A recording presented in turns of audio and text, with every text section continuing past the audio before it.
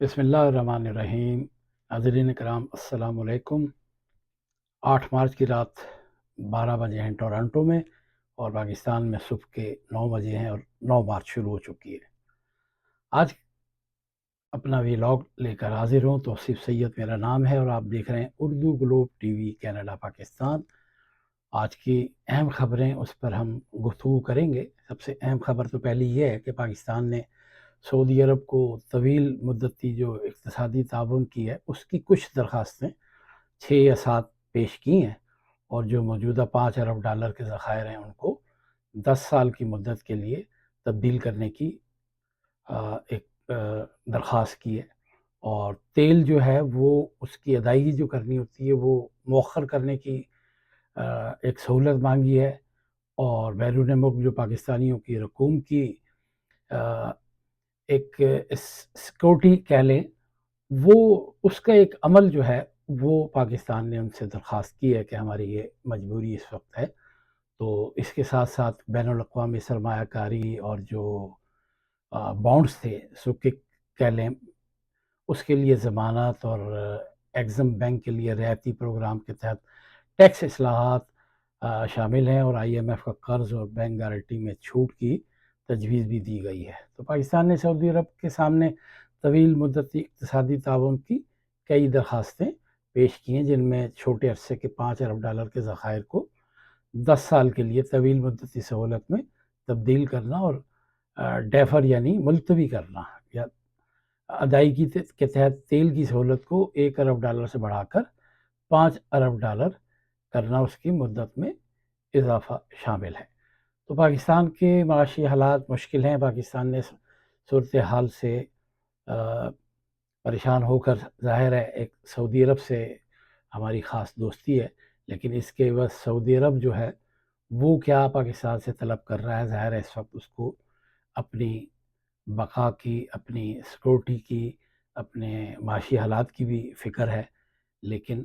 پاکستان جو ہے اس نے ان سے درخواست کی ہے کہ معاشی صورتحال میں بھی ہماری ہیلپ کی جائے۔ دیکھنا یہ ہے کہ سعودی عرب اس درخواست کا ہمارا کیا جواب دیتا ہے، لیکن امید ہے کہ سعودی عرب اس حوالے سے پاکستان کے ساتھ تعاون کرے گا۔ اس کے علاوہ آپ یہ دیکھیں کہ جو موجودہ جنگ ہے، اس پہ ہم بات کریں گے کہ اسرائیل جو ہے بار بار جنگ کی طرف کیوں جاتا ہے۔ پچھلے تقریباً 3 دہائیوں سے وہ مختلف ملکوں میں حملے کرتا ہے۔ ایسا محسوس ہوتا ہے جیسے اسے ہر چند سالوں کے بعد ایک نئے جنگ کی ضرورت پڑتی ہے۔ اور 2003 میں بھی آپ کو پتہ ہوگا عراق جنگ کے دوران اسرائیل کی حمایت کرنے والوں میں بہت سارے لوگ شامل تھے، اور 2006 میں بھی لبنان کے خلاف جنگ ہوئی، 2008 میں بھی، 2009 میں غزہ پر حملے ہوئے، پھر اب ایران پر ممکنہ جو حملے کی باتیں زیر بحث ہیں، اس میں مبصرین نے کہا ہے کہ اسرائیلی اخبارات کو اگر روزانہ دیکھا جائے تو وہاں اکثر یہ بحث جاری رہتی ہے کہ آیا غزہ، لبنان، شام یا کسی اور ملک پر حملہ کیا جائے یا نہیں۔ یعنی وہاں کا یہ قومی بیانیہ ہے کہ جنگ ہونی چاہیے 2 سال کے بعد، 3 سال کے بعد، اور کس ملک پر ہونی چاہیے۔ تو طویل عرصے سے اسرائیل کو یہ فکر کھائی جا رہی تھی کہ اگر کوئی ملک ہمارا مقابلہ کر سکتا ہے یا ہمارے لیے مصیبت کھڑی کر سکتا ہے تو وہ 2 ہی ہیں، ایک ایران اور ایک پاکستان۔ کیونکہ پاکستان جب سے ایٹمی طاقت بنا ہے، اسرائیل کو اور امریکہ کو ظاہر اور کئی ممالک کو، ویسٹ کو بڑی پریشانی ہے کہ مسلم ممالک میں سے ایک ملک نے ایٹم بم بنا لیا۔ اب ایران پر تو 4 دہائیوں سے پابندیاں ہیں، اور اس پابندیوں کی وجہ سے اقتصادی طور پر ایران زیادہ کامیاب نہیں ہو سکا۔ اس کے معاشی حالات اتنے اچھے نہیں، لیکن اس کے باوجود وہاں پہ لوگ خوشحال تھے۔ ان کے پاس تیل ہے، انہوں نے تیل بیچا، اور ان کے ظاہر ہے بڑے خریدار جو ہے انڈیا بھی تھا، اور چائنا بھی، اور رشیا بھی، لیکن پابندیوں کے باوجود انہوں نے سروائیو کیا۔ اور ایران کو یہ اندازہ تھا کہ اگر ہم نے دور رس فیصلے نہ کیے تو ہمارے سروائیول کے لیے ایک بڑی مشکل آ سکتی ہے، اس لیے انہوں نے لانگ رینج جو میزائل ہیں وہ بنا کر رکھے، کیونکہ انہیں پتہ تھا کہ حملہ اگر کبھی کوئی ملک کرے گا تو وہ صرف اسرائیل ہوگا۔ امریکہ اس کا ساتھ تو ضرور دے گا، لیکن اسرائیل چونکہ وہاں سے 2-2.5 ہزار کلومیٹر ہے، امریکہ تو 10,000 کلومیٹر سے زیادہ ہے، تو وہ اس کا سروائیول صرف اور صرف اس میں تھا۔ اور اس کے ساتھ ساتھ وہ یورینیم بھی افزودہ کر رہے تھے، اور یورینیم انہوں نے کافی حد تک افزودہ کر لیا تھا۔ اور آپ کو پتا ہوگا کہ انٹرنیشنل اٹامک انرجی کمیشن جو ہے، اس کے البرادی طویل عرصے سے ایران میں وہ جاتے رہے ہیں، انسپیکشن کرتے رہے ہیں، اور ان کی انسپیکشن کی رپورٹ میں بھی یہ تھا کہ ایران کے پاس نیوکس نہیں ہے، لیکن اس کے باوجود اسرائیل کو ہمیشہ یہ خطرہ محسوس ہوا کہ اگر ایران نے یہ بنا لیا تو یہ صرف اگر کبھی استعمال ہوا تو اسرائیل کے ہی خلاف ہوگا۔ ابھی پوری دنیا میں سب کو یہ فکر ہے کہ کیا ایران کے پاس نیوکلیئر اسلحہ ہے، کیا ایران یہ کسی اور ملک کے خلاف استعمال کر سکتا ہے، جبکہ ایران نے اس کی بار بار نفی کی ہے۔ ابھی دیکھیں ایران کی جو سرکاری جو اس کا میڈیا ہے وہ کہہ رہا ہے کہ جی وہاں مسلح افواج کی قیادت نے نئے سپریم لیڈر جو ہے مجتبیٰ خامنائی، جو شہید خامنائی صاحب کے صاحبزادے ہیں، ان سے وفاداری کا عہد کر لیا ہے۔ تو وہاں کے میڈیا نے، پاسداران انقلاب کا کہنا ہے کہ وہ نئے سپریم لیڈر مجتبیٰ خامنائی کی پیروی کے لیے تیار ہیں۔ تو اس کا مقصد یہ ہوا کہ اب نیا لیڈر جو ہے انہیں تقریباً منتخب کر لیا گیا ہے، اور ایرانی پارلیمنٹ نے بھی اس کا خیر مقدم کیا، اور ایک بیان میں ان کے جو اسپیکر ہیں انہوں نے کہا ہے کہ جی نئے رہنما کی پیروی کرنا سب کے لیے مذہبی اور قومی فریضہ ہے، اور خامنائی کے بیٹے جو ہیں ان کو نیا سپریم لیڈر نامزد کیا گیا ہے، اور ایران کی جو مجلس خبرگان ہے اس نے قوم سے اتحاد برقرار رکھنے کی اپیل کی ہے، اور جو کہ امید ہے کہ وہاں پہ عوام جو ہیں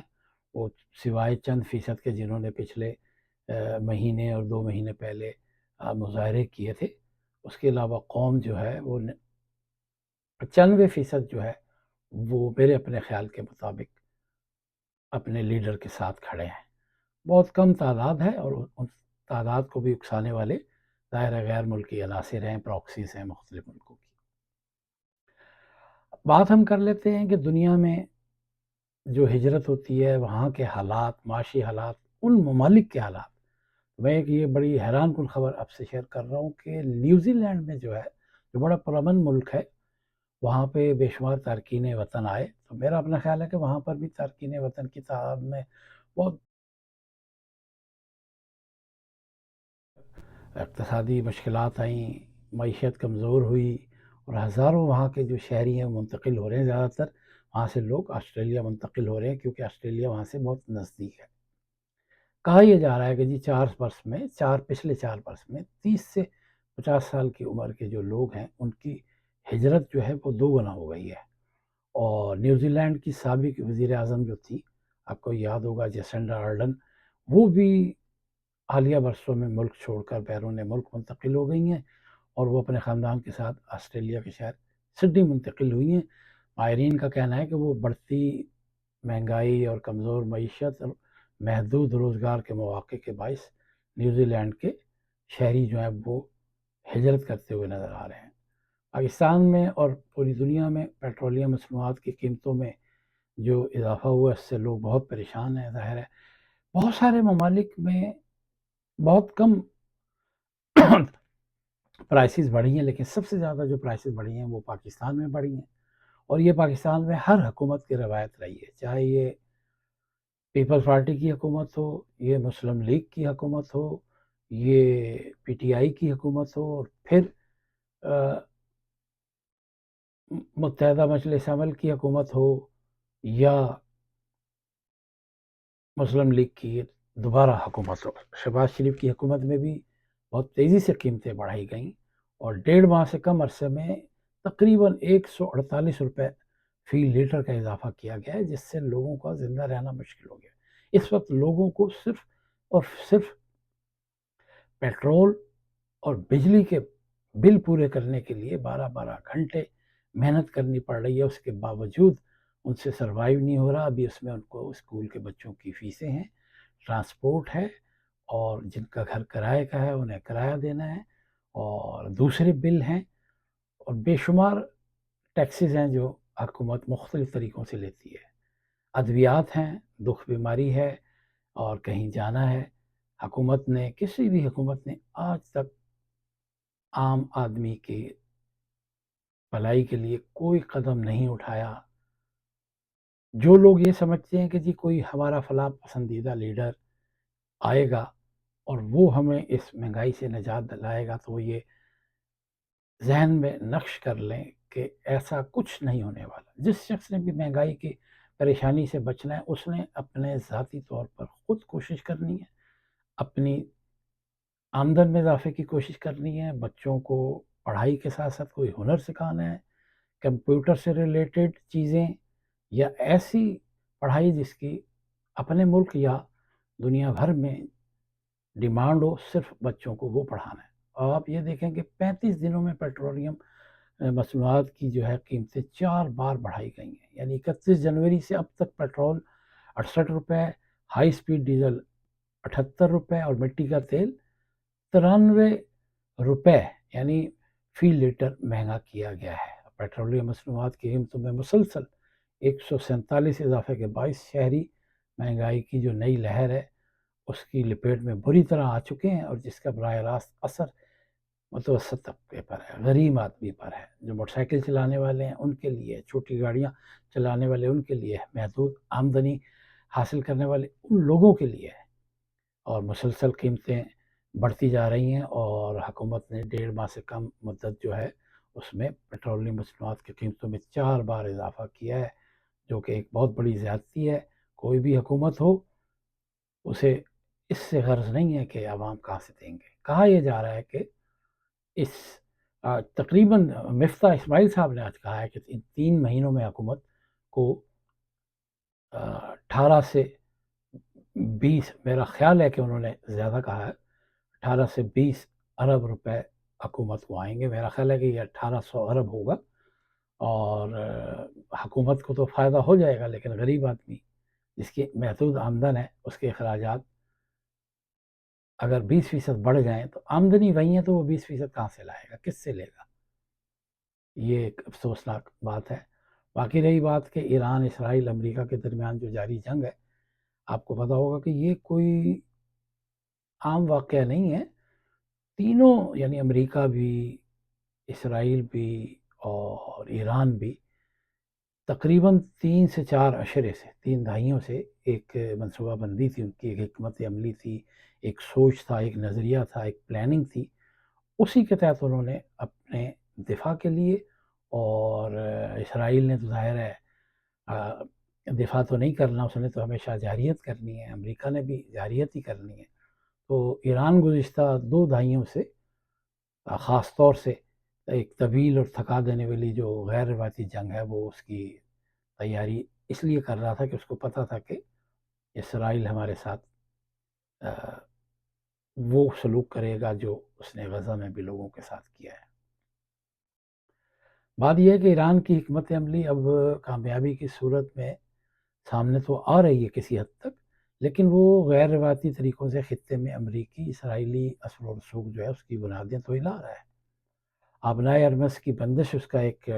کارڈ تھا، جسے کہتے ہیں نا ٹرمپ کارڈ، اس کے پاس تھا. ایک ٹرمپ کارڈ امریکہ کے پاس ہے،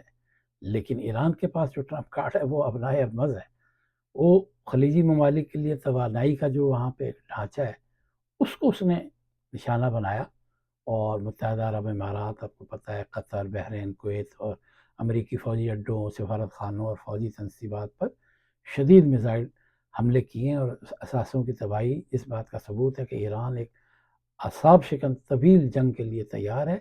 اور اب فوجی میدان میں جو ہے وہ صورتحال بدل چکی ہے. امریکہ نے اپنی فوج کو مہنگے ہتھیاروں، میزائلوں کے ساتھ ایک ٹکراؤ کے لیے تیار تو کیا ہے، لیکن ایران کے جو سستے ڈرون ہیں وہ غیر روایتی اسے حملوں کا سامنا ہے، جو معاشی طور پر امریکہ کے لیے ایک مشکل اور مہنگے ثابت ہوں گے. تشویشناک امر یہ ہے کہ مسلم دنیا اس نازک مرحلے پر متحد اور مؤثر آواز بلند کرنے میں ناکام ہے. اور اسلامی ممالک کے جو باہمی اختلافات ہیں اور سیاسی ترجیحات ہیں انہیں ایک مشترکہ موقف اختیار کرنے سے روک رکھا ہے۔ اس صورتحال نے ایران کو سفارتی طور پر کسی حد تک ایک تنہائی کا تو احساس دلایا ہے، اور ایران میں دیکھیں انٹرنیٹ کی بندش اور ذرائع ابلاغ پر پابندیوں کے باعث جنگ کے حالات کسی کو نہیں معلوم۔ اسرائیل میں بھی یہی ہے کہ انٹرنیٹ سے اور سوشل میڈیا سے لوگوں کو استعمال کرنے سے روکا گیا ہے، پابندی ہے۔ یو اے ای میں بھی بڑی سختی ہے اور ایران میں بھی۔ تو ابھی حقیقی جو معاشی نقصانات ہیں اس کا اندازہ لگانا ذرا مشکل ہے، لیکن ایران کو بھی اچھا خاصا نقصان ہوا ہے کیونکہ وہاں پر بمباری اسرائیل نے اور امریکہ نے بہت زیادہ کی ہے، اور بین الاقوامی پابندیوں نے ایران کی جو معیشت پہلے کمزور کر رکھی تھی اب مزید اس کو ایک نئے بحران کا سامنا ہے۔ توانائی کے نظام میں جو ہے خلل ہے، پانی کی فراہمی میں رکاوٹیں ہیں، اسپتالوں میں ادویات کی قلت ہیں، روزمرہ ضروریات کی ظاہر کھانے پینے کی اشیاء جو زندگی کو دشوار بنا رہی ہیں۔ تو یہی اگر صورتحال ہوئی تو اس کے نتائج جو ہیں مزید سنگین ہو سکتے ہیں۔ ان حالات میں سب سے زیادہ جو اہمیت ہے وہ سفارتی حکمت عملی ہے، اور ایران کو بھی سفارتی حکمت عملی کو بھی اختیار کرنا چاہیے، اور خصوصاً جو عالمی تنظیمیں ہیں، اقوام متحدہ ہے اور علاقائی تنظیمیں ہیں، انہیں سنجیدہ اقدامات کرنے کی ضرورت ہے۔ اور اس وقت ہم سب سے زیادہ جو اہم ترین بات ہے وہ بات صرف یہ کریں گے کہ جو یو اے ای میں لوگ ہیں نا، جو مزدور طبقہ ہے پاکستان کا، وہ خاصا پریشان ہیں۔ جو اپنے گھروں کو پیسے بھیجتے تھے ان کے لیے بڑی پریشانی ہے کہ وہ اپنے گھروں کو پیسے نہیں بھیج سکتے، ان کی آمدن رک گئی ہے، خاص طور پر دہاڑی دار جو مزدور ہیں۔ اور خلیجی ممالک میں آپ کو پتہ ہے کہ جی تقریباً 40 لاکھ کے قریب پاکستانی ہیں، ان میں سے کوئی 5-1 لاکھ ایسے لوگ ہیں جو مزدوری کرتے ہیں، ایک جگہ کام ملتا ہے، کچھ عرصے کام کرتے ہیں، پھر چلے جاتے ہیں، پھر کام کرتے ہیں، تو وہ بڑی پریشانی میں ہیں، اور خدا نہ کرے کہ ان کی کوئی واپسی اگر پاکستان ہو تو پاکستان کے لیے بہت بڑی اقتصادی مشکل آ سکتی ہے۔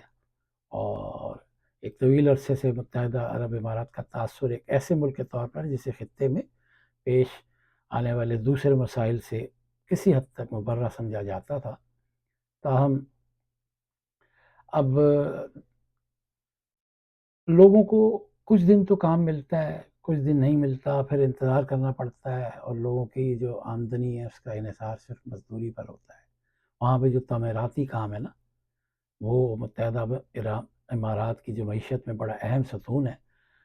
جو بلند و بالا عمارتیں ہیں ان پہ کام رکا ہوا ہے، رہائشی منصوبے رکے ہوئے ہیں، انفراسٹرکچر، سڑکیں اور پروجیکٹس۔ لاکھوں غیر ملکی مزدور جو ہیں وہ ان کو روزگار تو ملا ہوا ہے، لیکن جو آزاد ویزے پر کام کرنے والے مزدور ہیں اور چھوٹے اور درمیانے درجے کے،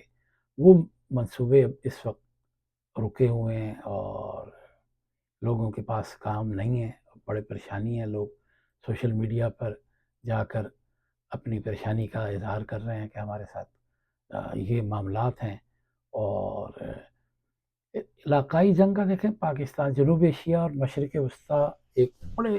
نازک موڑ پر کھڑا ہے۔ بھارتی وزیر اعظم مودی کے اسرائیلی دورے کے چند گھنٹوں کے بعد بھارتی اور اسرائیلی ایما پر افغانستان نے پاکستان پہ بھی حملہ کیا، اور پاکستان نے افغانستان کی 130 چیک پوسٹوں پر جوابی حملے کیے، اور افغان طالبان کو بھی منہ توڑ جواب دیا۔ اور پاکستان کی جو جوابی کارروائی تھی اس سے